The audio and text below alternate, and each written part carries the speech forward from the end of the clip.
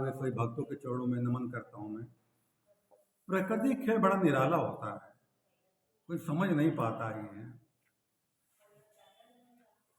आज मैं एक लड़के की कहानी सुनाता हूँ मैं आपको। उसकी किस्मत कैसे पलटती है। लोग कहते हैं कि दूसरों के भला में अपना भला छिपा होता है, दूसरों के बुरा में अपना बुरा छिपा होता है, दिखाई नहीं पड़ता है। एक राजा के कोई संतान नहीं थी, तो बड़े बड़े ज्योतिषों तंत्र को बुलाया उन्होंने। कहना आपको उपाय बताइए हमारे लड़के को संतान प्राप्ति हो, हमारे संतान प्राप्ति हो। तो उन्होंने विद्वान में बहुत अपना बुरा भाई तांत्रिक में बड़ा बुरा भाग लगाया। वो कहा कि महाराज अगर किसी लड़के को बलि चढ़ा दी जाए तो आपको संतान प्राप्ति होगी वो, लेकिन कोई अपनी इच्छा से बलि दे तो वही प्राप्त होगी, ना प्राप्त नहीं होगी।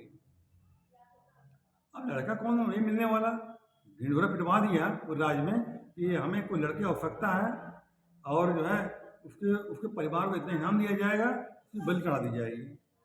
राजा संतान प्राप्ति के लिए, राजा के वारिस के लिए कोई आगे आए, तो भैया को आने तैयार नहीं हुआ। एक आदमी की 5 लड़के थे, बड़ा गरीब था वो। अपने से जब उसने सुना, अपने एक लड़के से कहा, लड़कों को कहा कि तुम चले जाओ, हमारा परिवार जिंदगी बन जाएगी। तो कोई तैयार नहीं हुआ। छोटा लड़का था।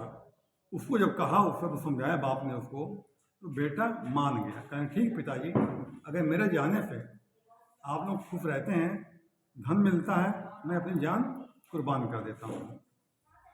पिता ले गया राजा साहब मेरा लड़का तैयार हो गया है।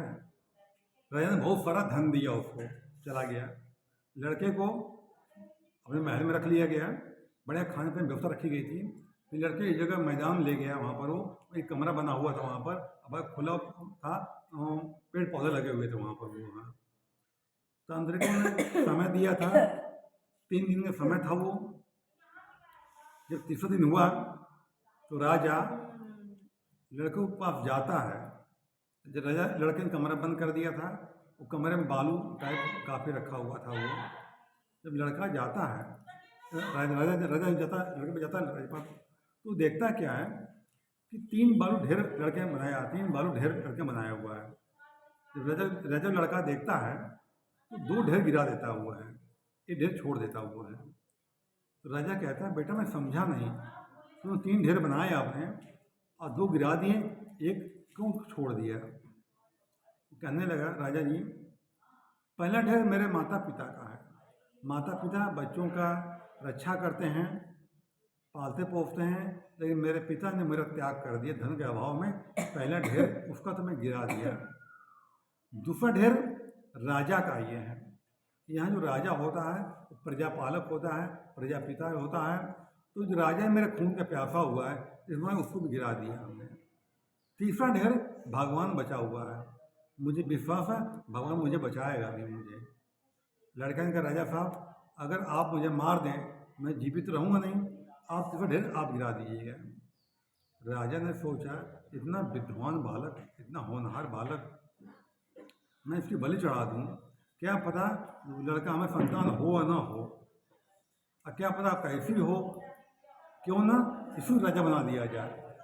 उसको लड़के को ही राज तिलक कर दिया, राजा बना दिया।